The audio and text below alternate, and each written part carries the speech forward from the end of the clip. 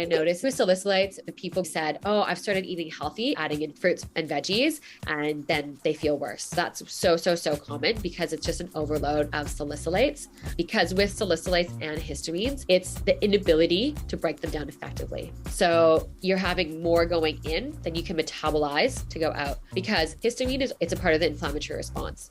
So like I was saying, the overgrowth in your gut, the inflammatory foods, if you have high allergens, neuroinflammation from stress and anxiety, that's a big one. And that's a lot of histamine that your body needs to break down. So again, all those systems that break down histamine are overloaded. We need to be supporting those body systems. Same with salicylates. It's really just the inverse out.